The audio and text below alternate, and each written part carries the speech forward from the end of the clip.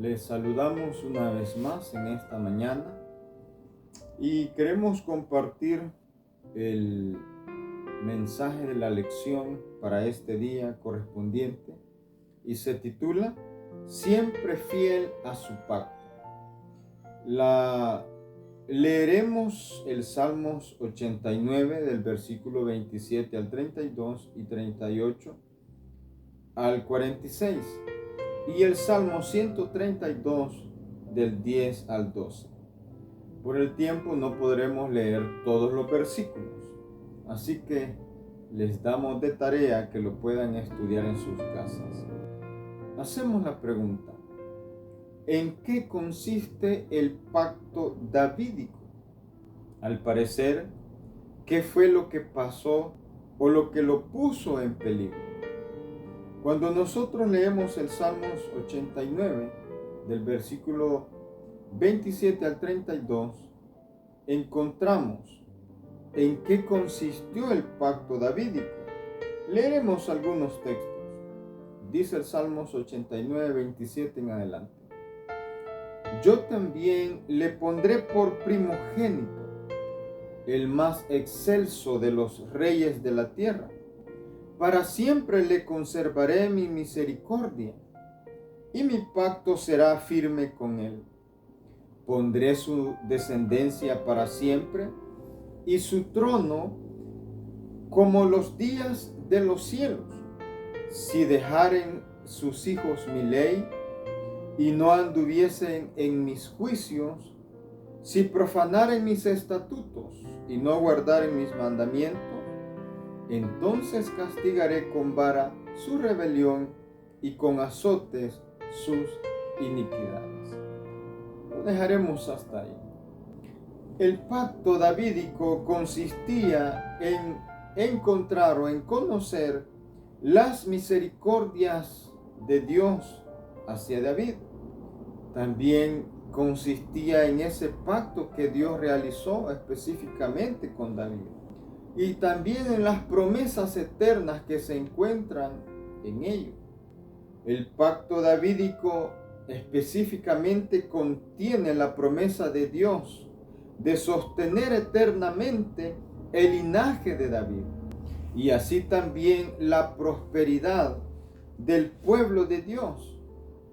Esto podemos verlo tanto en 1 Samuel 7, el 5 al 16, como en el Salmos 89 del 1 al 4.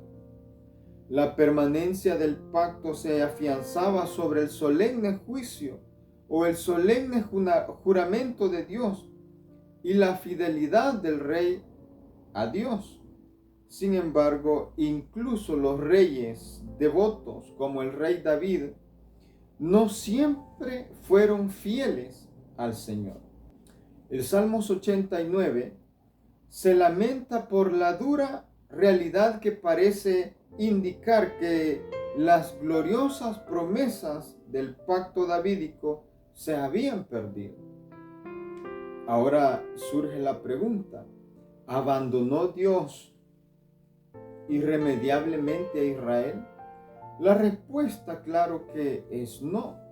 Si la ira de Dios es una expresión del juicio divino, como lo muestra Salmos 38.1 y 74.1, no obstante, no dura para siempre, porque el amor de Dios es eterno y Él perdona los pecados de las personas cuando éstas se arrepienten.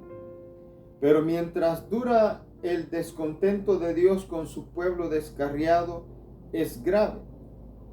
El pueblo siente las amargas consecuencias de su desobediencia y se da cuenta de la gravedad de sus pecados.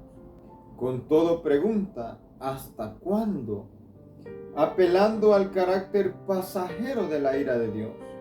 Salmos 89:46 encontramos esa pregunta: ¿hasta cuándo, oh Jehová, te acordarás para siempre?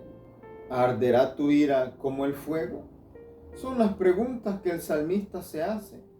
La respuesta o la esperanza renovada surge de una nueva seguridad en la fidelidad de Dios para recordar su gracia.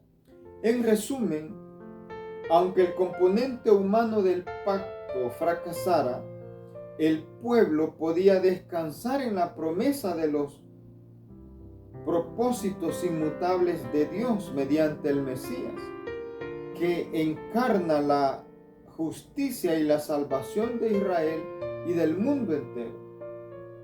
Es decir, al final Dios prevalecerá su reino eterno y su reino eterno se establecerá para siempre, pero únicamente gracias a Jesús y no al pueblo de Dios. Jesucristo es el Hijo de David y es el Mesías. Así lo muestra Mateo 1:1 y Hebreos 1:8. Se lo llama el primogénito de la creación. Colosenses 1:15 lo dice.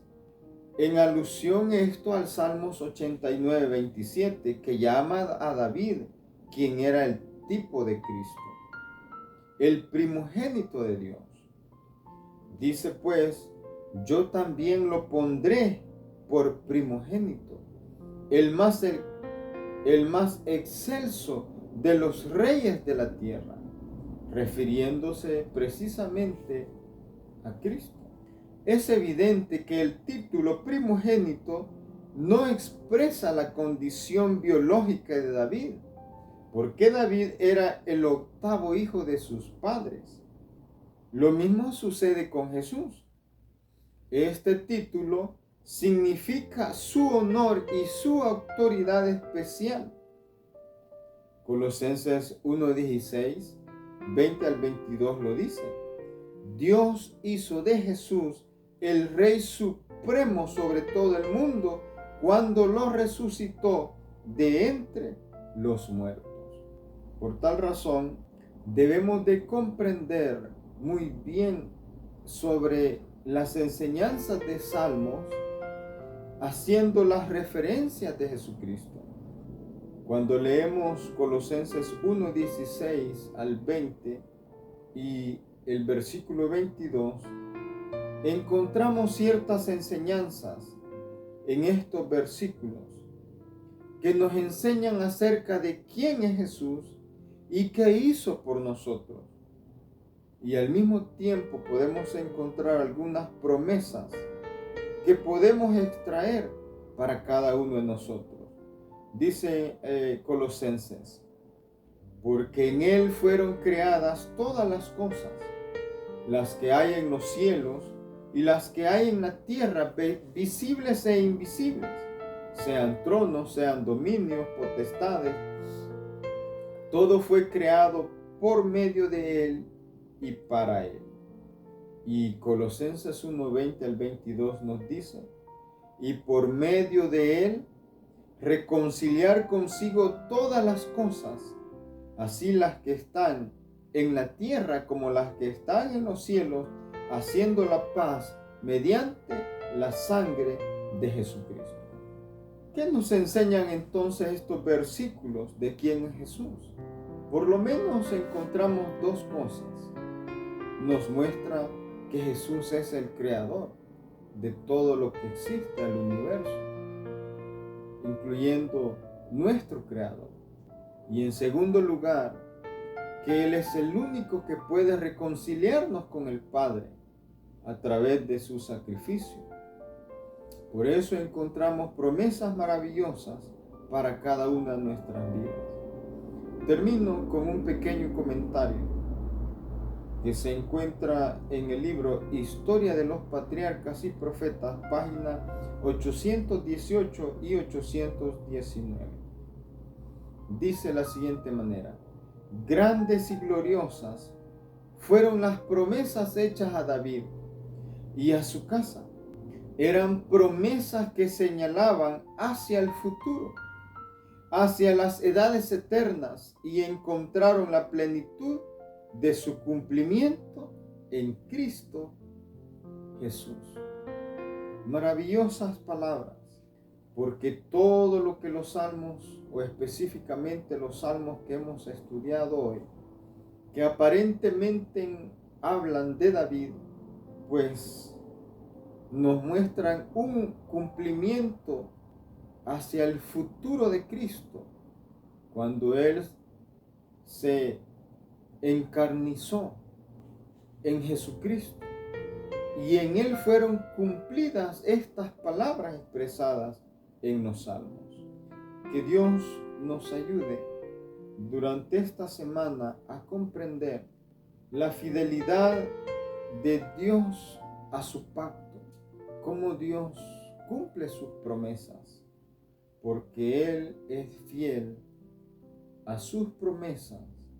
Por tal razón no dudemos de confiar en ellas. Que Dios pueda bendecirnos en este día.